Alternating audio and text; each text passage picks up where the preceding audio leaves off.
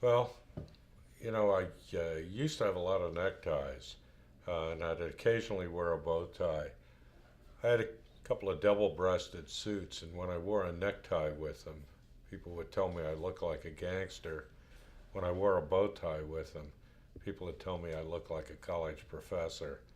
So I decided in my line of work, college professor beat gangster. So whenever I'd wear a double-breasted suit, I'd always wear a bow tie with them.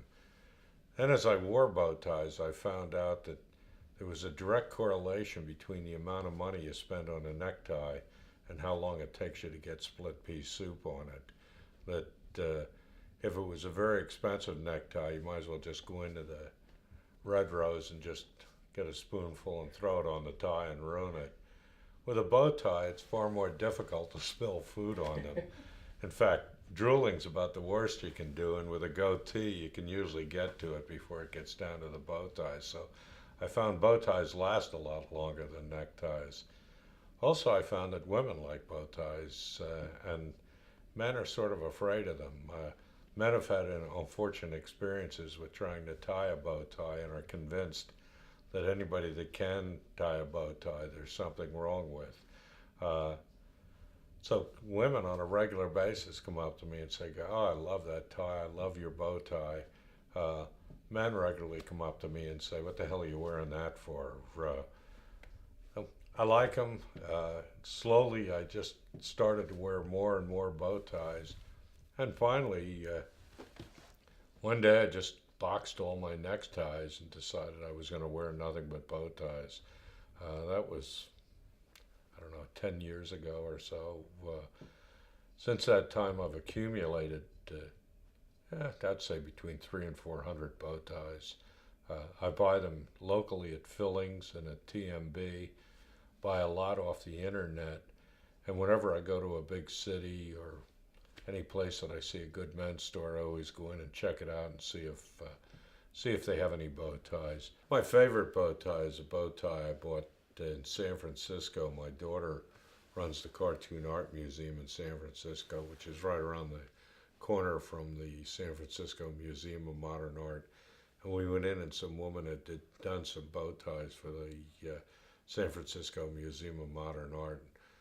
I bought three of them. They're beautiful bow ties. In fact, I called at a later time, and she no longer does them. But some bow ties are regular, some bow ties are irregular. Some of them you look at and you think, what was I thinking when I bought that? And other ones you just reach for on a regular basis. So they become like old friends. One other thing, it's funny with bow ties, think about it. If somebody says to you, "I like the tie you have on," you can't see the bow tie you're wearing once you put it on in the morning. That's the last time you see it, unless you're a fan of mirrors. And a lot of times people say, "I like that bow tie you have on," and I'll tell them, "Describe it to me," because I don't really recall what I put on this morning. With a necktie, you can always just pull it out and look at it. So it gives you something to look forward to each day. At night, you can go home and say, "What was I feeling like this morning when I put this thing on?" I taught myself how to tie a bow tie. When I was a kid, I had clip-on bow ties, and every now and then people will give me clip-on bow ties or bow ties that are tied already that snap around the back, and I appreciate it. But uh, a bow tie to be good has to look like it was tied. People say, "Well, it isn't perfect," and that's exactly right. It shouldn't look perfect. It should look like it was tied. Well, you know, Lancaster's young people, the only thing I have against them is I'm not one of them anymore. Really, Lancaster was a great place when I was in my 20s and 30s, too. It was a great place to have fun, but it's nothing compared to today. Yeah, there's so many opportunities to go out and enjoy yourself and have a good time. Uh, it has a lot of the advantages of a big city.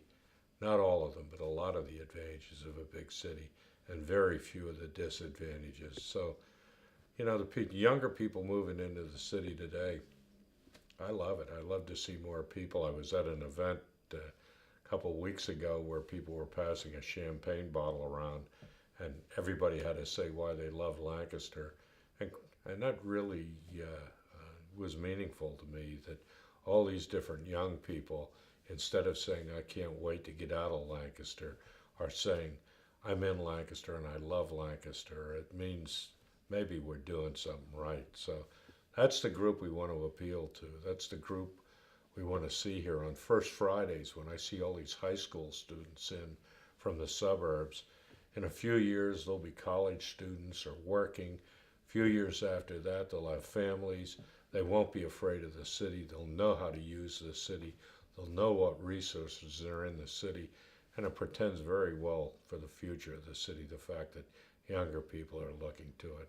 I was on the board of professional motorcycle racing. I was chairman of the board of the American Motorcyclists Association. And they introduced me at a banquet to make remarks.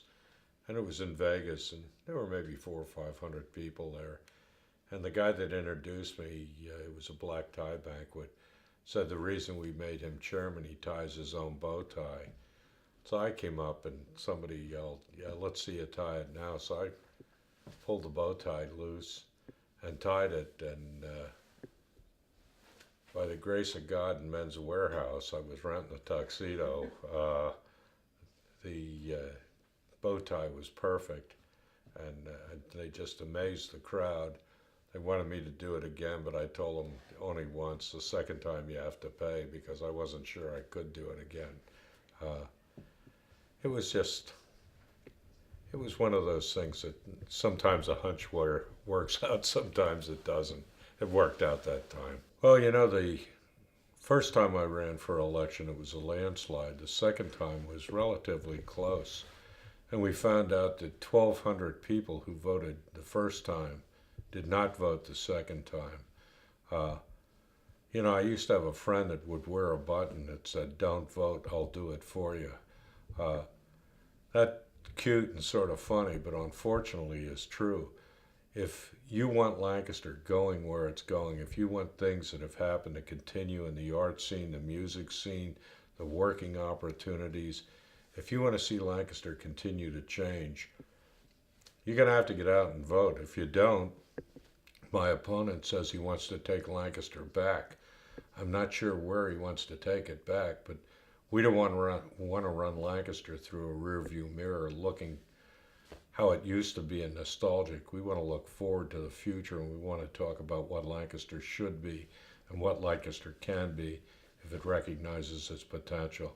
So do vote, because if you don't, somebody who disagrees with you might be doing it for you. You cannot wear a political button into a voting booth. You can't wear it into a polling place, but you can wear a bow tie. Nothing that says you can't wear a bow tie and make your opinions known. That we want Lancaster to continue on the road that it's on right now.